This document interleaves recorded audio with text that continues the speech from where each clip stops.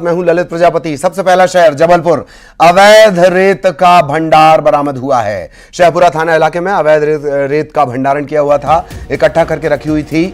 झांसी घाट के पास 8 जगहों से रेत बरामद हुई है। करीब 624 हाइवा अवैध रेत स्टॉक यहां पर था शहपुरा थाना इलाके में। सहयोगी पवन हमारे साथ जुड़े हुए हैं। पवन, पूरी जानकारी। मामला जो शहपुरा थाना क्षेत्र का है, शहपुरा और गोटेगांव तहसील के बीच में झांसी घाट है नर्मदा किनारे, वहां पर यह रेत का स्टॉक रखा गया था। 2 दिन पहले जब ये स्टॉक देखा गया तो पता लगाने का प्रयास किया कि किसने यहाँ स्टॉक किया है, और इतनी बड़ी मात्रा में अचानक रेत का भंडार मिलना प्रशासन के लिए भी चुनौती भी बन गया और हैरान करने वाली घटना भी है। फिलहाल 3 दिन बाद भी अभी तक ये जानकारी स्पष्ट नहीं हो पाई है कि ये रेत का स्टॉक किसका है। इसके बाद में जिला प्रशासन ने रेत को जब्त कर लिया है और प्रकरण दर्ज कर इसको लाने वालों की तलाश की जा रही है। कुल मात्रा 624 हाइवा, लगभग एक हाइवा में 600 वर्ग फीट रेत आती है। 624 हाइवा मिलना मतलब अंदाजा लगाया जा सकता है कि कितनी बड़ी मात्रा में अवैध रेत का स्टॉक किया गया है। फिलहाल पूरे मामले की जांच जारी है और रेत को प्रशासन ने अपने कब्जे में लिया। चलिए, बहुत धन्यवाद आपका पवन इस तमाम जानकारी के लिए। अगला शहर है आगरमालवा। 7 क्विंटल 22 किलो डोडा चूरा जब्त किया गया है। 39 बोरियों में यह डोडा चूरा भरा हुआ था। प्याज की बोरियों के जरिए इसकी तस्करी हो रही थी। पंजाब के संगरूर का एक व्यक्ति गिरफ्तार किया गया है। कीमत की बात कर ली जाए, कुल 1 करोड़ 20 लाख का सामान जब्त किया गया है। आगरमालवा, बड़ी खबर, 7 क्विंटल 22 किलो डोडा चूरा जब्त। निर्देश थे कि मादक पदार्थों के विरुद्ध कड़ी से कड़ी कार्रवाई की जाए। उसी कड़ी में आज कानड़ पुलिस के द्वारा चेकिंग लगाई गई थी और चेकिंग के दौरान एक ट्रक आयशर था, उस पर संदेह हुआ और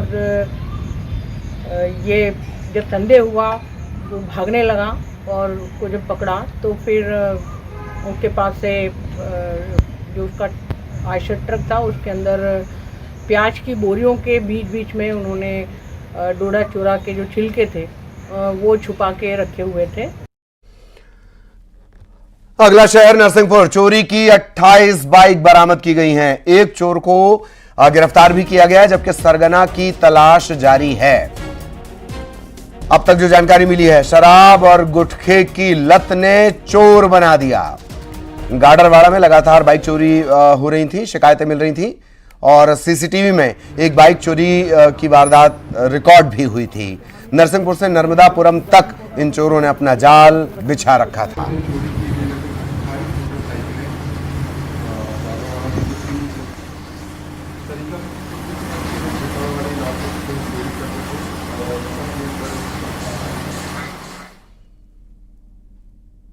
अगला शहर कोरबा। कोरबा में बाइक चोर गिरोह का खुलासा हुआ है। गिरोह के 18 आरोपी गिरफ्तार किए गए हैं। खास बात यह, इन आरोपियों में, इन चोरों में 4 नाबालिग भी हैं। इनके पास से चोरी की 21 बाइक बरामद की गई है। पुलिस इनसे लगातार पूछताछ कर रही है और कहां कहां वारदातों को इन्होंने अंजाम दिया, यह जानने की कोशिश।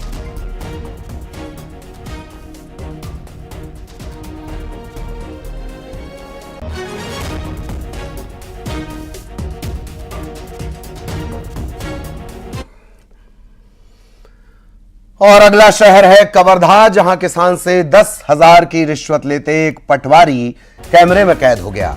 बताया जा रहा है कि पटवारी ने जमीन बंटवारे के नाम पर घूस मांगी थी। पटवारी के घूस मांगने का वीडियो सामने आया है। एक बार साफ कर दें कि न्यूज़ 18 इस वीडियो की पुष्टि नहीं करता है।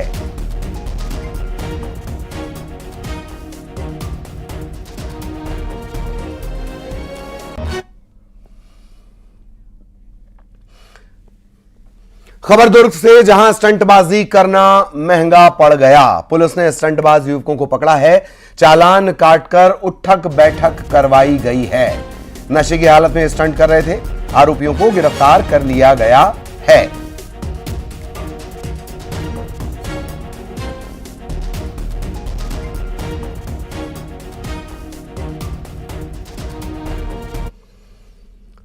इधर धार से 2 कुख्यात चोर गिरफ्तार किए गए हैं, जबकि 1 लाख के गहने इनके पास से बरामद हुए हैं। वलनेरा से घेराबंदी कर इन्हें पकड़ा गया है। लुन्हेरा गांव में इन्होंने चोरी की वारदात को अंजाम दिया था। 1 लाख के गहने इनके पास से बरामद किए गए हैं। 2 कुख्यात चोर गिरफ्तार।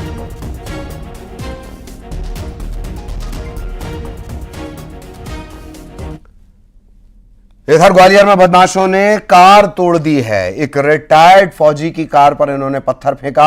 आवाज सुनकर फौजी और उसका बेटा बाहर निकले। पत्थर फेंकने वाले नकाबपोश को इन्होंने पकड़ भी लिया। इसके बाद नकाबपोश बदमाशों ने फौजी को पीटा और ये अपने साथी के साथ फरार हो गया। गोला का मंदिर पुलिस ने केस दर्ज कर लिया है और इन बदमाशों की तलाश की जा रही है।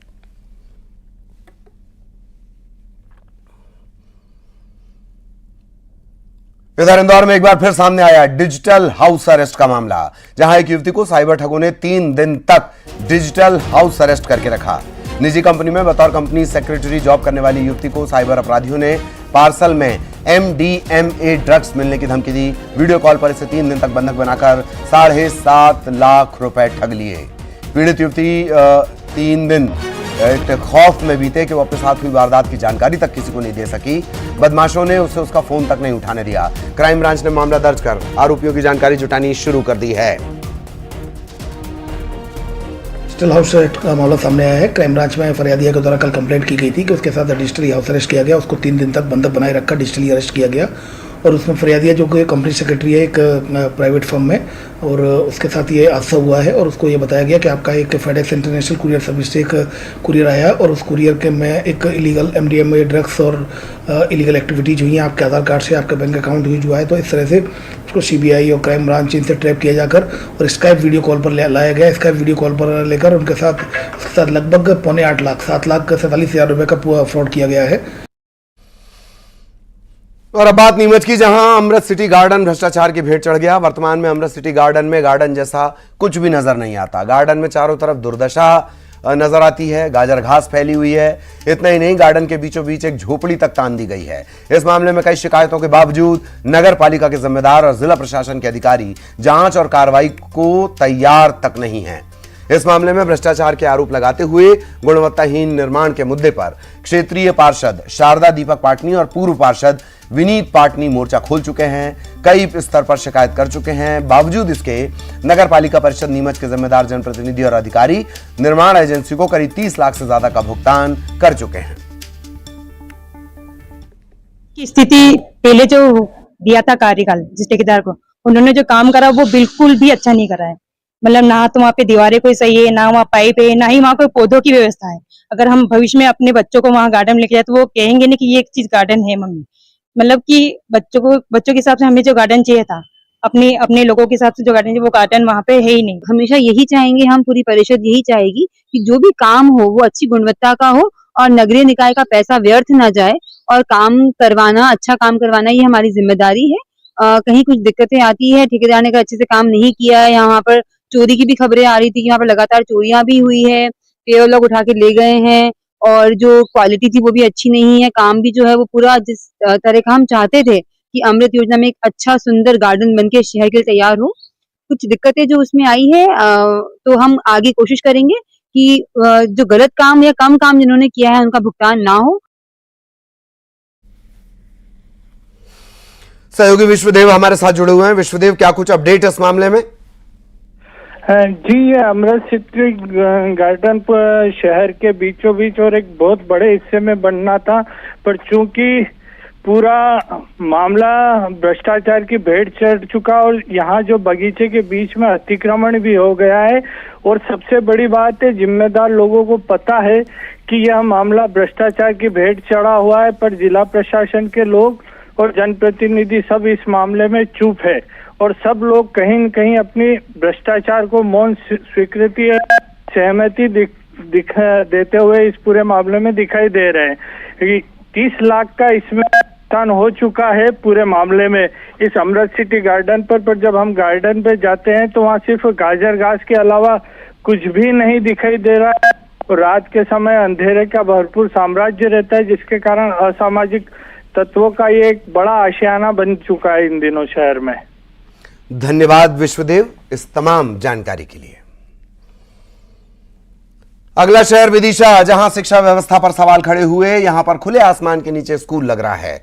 मासूम बच्चों की जान जोखिम में है। यहां पर बरसात हो या गर्मी, हालात यही रहते हैं। सरकार शिक्षा पर करोड़ों रुपए खर्च करती है, फिर भी जिले से ऐसी तस्वीर सामने आई है जो बेहद शर्मिंदा करती है। मामला लटेरी ब्लॉक का है, जहां कई गांवों में स्कूल भवन तक नहीं है। ब्लॉक शिक्षा अधिकारी और कलेक्टर ने भी माना है कि कई जगह पर स्कूल भवन नहीं है। ये उस विदिशा के हाल हैं जहां से दिग्गज सांसद आते हैं, कई मंत्री यहां से निकले हैं, यहां से निकला राजनेता प्रधानमंत्री तक बना है। ये स्कूल नहीं, भवन नहीं है, तो ऐसे में आपको क्या क्या दिक्कतें आती हैं? सब भीगते हैं, हमारी पुस्तक भीग जाती है, कपड़े भीग जाते हैं। कभी कहा नहीं सर से कि कोई यहाँ आते हो? आते हैं सर, कही थी कि यहाँ पर पाठशाला बनवा दो, कोई बनवाता ही नहीं है। क्या शुरू से ही है? शुरू से ही भवन भी है। अच्छा, अभी तक बन नहीं पाया। कभी पंचायत प्रतिनिधियों से आपकी बातचीत हुई? हाँ हुई। उनका क्या कहना है? उनका कहना है कि मेरी तो बीआरसी महोदय से बात हुई और लिख के भी दिया हर साल, तो उन्होंने कहा कि आपकी मंजूर हो गई है। तो कितने साल से आप पदस्थ हैं? मैं 2014 से हूँ। कहते हैं हमें बहुत आ रही है, पानी अब भी तेज गिर जाए तो बच्चे कहाँ बैठेंगे बताइए। हम भी अव्यवस्थित हो जाते हैं, बच्चे भी हो जाते, पूरे कपड़े भीग जाते हैं, कॉपी किताब सब भीग जाते हैं, और हम हमारा जो ऑफिशियल कागज है वो भी नहीं रख पाते सही जगह पर। हमारा सामान भी टूट जाता है। यहाँ मैडम लेती है, अब जैसे थोड़ा बहुत फर्नीचर वगैरह करवाती। कुछ प्राथमिक शालाएं हैं जिनके लिए भवन स्वीकृत नहीं हुए हैं, उनका प्रस्ताव वरिष्ठ कार्यालय को भेजा जा चुका है। 4 हाई स्कूल भी ऐसे हैं जो माध्यमिक शालाओं में संचालित हैं, जिसके बारे में वरिष्ठ कार्यालय को अवगत करा दिया गया है। 2 हायर सेकेंडरी स्कूल हमारे ऐसे हैं जो हाई स्कूल या मिडिल शालाओं की बिल्डिंगों में संचालित हैं। विदिशा जिले में ऐसे विद्यालय हैं जो कि भवन विहीन है। इनके प्रस्ताव तैयार किए गए हैं और जैसे ही शासन से कोई स्वीकृति प्राप्त होती है या किसी भी मद से व्यवस्था होती है तो उनके भवन बनाए जाएंगे। तात्कालिक रूप से ये व्यवस्था है कि उनको किसी वैकल्पिक रूप से किसी अन्य भवन में, और यदि कोई शासकीय भवन उपलब्ध नहीं है तो किसी किराए के भवन में उनको संचालित किया जाएगा। और कितने हैरत की बात है कि नवनिर्वाचित विधायक के लिए घर नहीं था, रेस्ट हाउस को उसका घर बना दिया गया, और यहां बच्चों के पास स्कूल नहीं है। अगला शहर हरदा में भारतीय किसान संघ का अनिश्चितकालीन धरना 5 दिनों से हरदा मंडी परिसर में जारी है। धरने पर बैठे किसानों ने अपनी मांगों को लेकर गांधीगिरी कर रक्तदान किया। धरने पर बैठे किसानों ने 52 यूनिट ब्लड दान किया है। भारतीय किसान संघ ने मूंग उपज की समर्थन मूल्य खरीदी की लिमिट 8 क्विंटल से 16 क्विंटल करने की मांग को लेकर धरना शुरू किया था। किसान सरकार से समर्थन मूल्य में जो खरीदी होती है, मूंग की खरीदी, इसमें लिमिट बढ़ाने के साथ साथ प्लेट कांटे से तुलाई की मांग कर रहे हैं। भारतीय किसान संघ के पदाधिकारी महेश शर्मा ने कहा कि सरकार उनकी मांगों को लेकर विचार नहीं कर रही, इसलिए 12 जुलाई को धरना स्थल पर किसानों की बैठक होगी।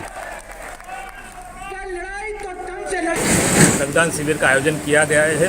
सभी किसान समाज आज समाज के जरूरतमंद लोगों के लिए रक्तदान कर रहा है, लेकिन हमारे 5वें दिन तक भी सरकार की तरफ से अभी तक कोई हमें सूचना नहीं मिली है, और ना अभी तक ऐसा लग रहा है कि सरकार किसानों के लिए कुछ करने वाली है। अभी हम लोग 12 तारीख के दिन आगे की योजना के लिए बैठेंगे। अभी हमारा धरना 11 तारीख को चलेगा खिरकिया तहसील के साथ। और मनेंद्रगढ़ से बड़ी खबर आपको बता दें, चिरमिरी में तेज रफ्तार कार पलट गई है। कार में सवार 4 लोग जख्मी हो गए हैं। मरीज को लेकर ये लोग अस्पताल जा रहे थे और उसी दौरान ये हादसा हो गया है। कार में सवार 4 लोग घायल हो गए।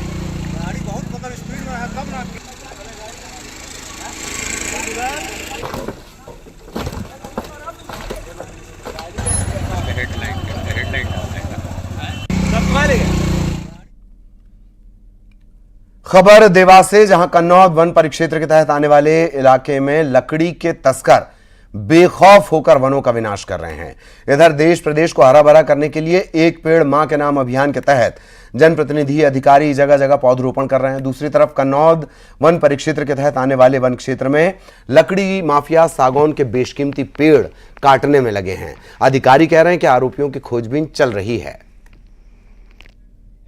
अपराधी हैं यहाँ, जो जानकारी भी है और पकड़ने के पूरे प्रयास कर रहे हैं। और अपराध की जहाँ तक बात है तो अभी बीटगार्ड जो है वह पदस्थ है और उनको मौके पे बोला भी है कि आप जो है तत्काल कार्रवाई कराओ, और इसके लिए हम जो है सख्ती से दल बनाकर कार्रवाई करवाएंगे। इधर मुरैना में मिलावटी पनीर खाने से 6 लोगों की तबीयत बिगड़ गई। एक ही परिवार के 6 लोग फूड पॉइजनिंग के शिकार हो गए। महिलाओं, बच्चों को सभी को उल्टी दस्त की शिकायत हुई। तत्काल इन्हें कैलारस के सामुदायिक स्वास्थ्य केंद्र में भर्ती करवाया गया। आपको बता दें कि बीते रोज थाने के सामने हलवाई की दुकान से पनीर लेकर गए थे। पनीर इन्होंने खाया और पूरा परिवार बीमार पड़ गया। हमारे परिवार वाले पनीर खाने से सब बीमार हो गए। अच्छा, इसलिए आप जो पनीर बेचने वाले थे माने कार्रवाई होनी चाहिए। कार्रवाई चाहते हैं आप? बिल्कुल। तो पूरा परिवार ही बीमार हो गया? छोटे छोटे बच्चे हैं। अच्छा, कितने लोग हैं टोटल? 7 लोग हैं। उज्जैन के महाकाल मंदिर में भक्तों के साथ आए दिन होने वाली ठगी कम होने का नाम नहीं ले रही। सोमवार को हरियाणा से आए भक्त के साथ फूल प्रसादी बेचने वाले ने भस्मारती की परमिशन बनाने के नाम पर 5600 रुपए की ठगी कर ली। इसके बाद श्रद्धालुओं ने आरोपी के खिलाफ महाकाल मंदिर में शिकायत दर्ज करवाई है। महाकाल थाना पुलिस ने इस पूरे मामले में पड़ताल शुरू कर दी है।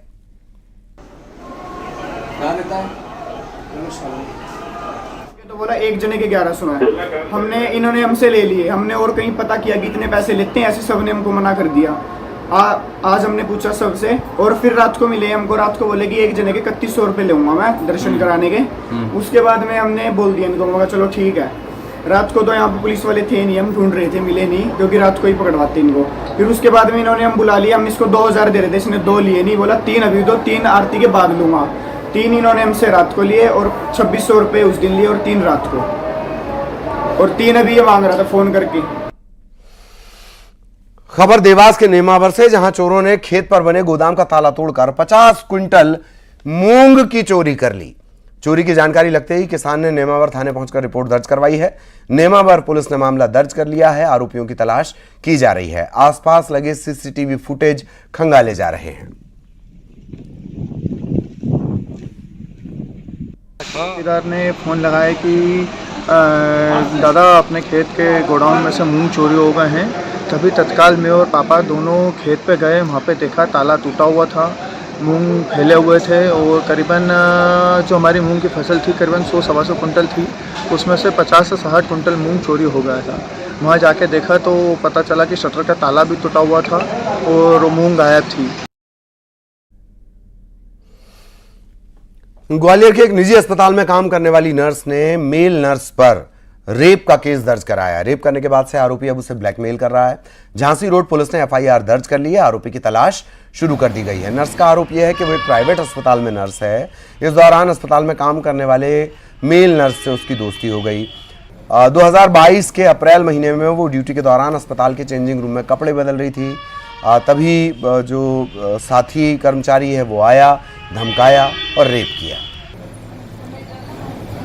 झांसी रोड थाने पर एक विवाहिता युवती द्वारा रिपोर्ट दर्ज कराई गई है कि उसकी विवाह के पूर्व जो है लिंक हॉस्पिटल में नर्सिंग का काम करती थी, और वहाँ पर ही हॉस्पिटल में एक आकाश तोमर जो है वो भी काम करता था, और काम के दौरान हॉस्पिटल में उनका परिचय हो गया था। उसको जान से मारने की धमकी देकर उसके साथ दुष्कर्म किया था, और उसी की आड़ में उसको लगातार ब्लैकमेल कर रहा था। तो युवती ने अपने परिजनों को बताया, और परिजनों को बताकर फिर उसके द्वारा रिपोर्ट दर्ज कराई गई। उसकी रिपोर्ट पर से बीएनएस एक्ट के तहत दुष्कर्म का अपराध और जान से मारने की धमकी देने का अपराध पंजीबद्ध किया गया है, और प्रकरण में विवेचना की जा रही है। आरोपी को जल्दी से जल्दी गिरफ्तार कर माननीय न्यायालय के समक्ष पेश किया जाए।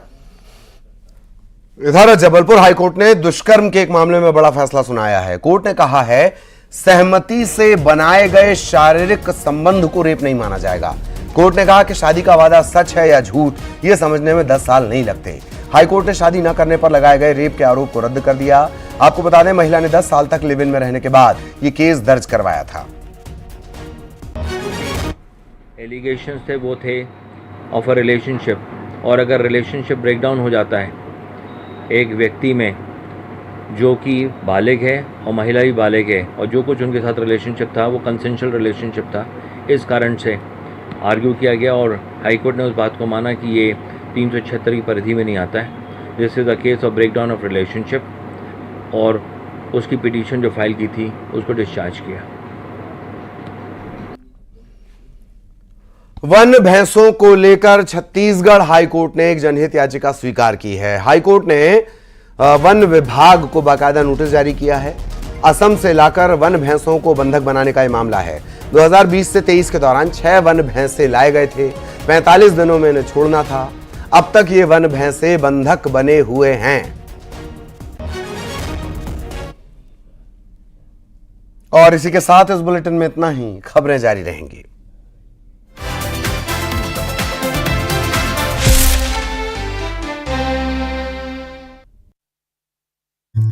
हर मौजूद